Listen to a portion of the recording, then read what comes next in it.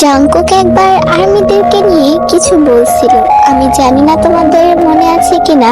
সে একবার বলছিল, যদি কোনো ছেলে তোমাকে দেখে রাস্তায় শীষ বাজায় তাহলে তুমি তাদের দিকে ঘুরেও তাকাবে না, কারণ তুমি একজন মেয়ে, রাস্তার কুকুর না।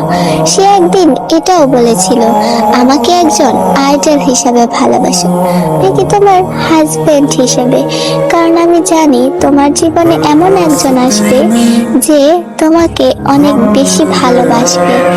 আর একদিন তার লাইভে একজন আর্মি জিজ্ঞাসা করছিল, জাঙ্কুক পাপ্পা আপনি কি কোনোদিন বিয়ে করবেন?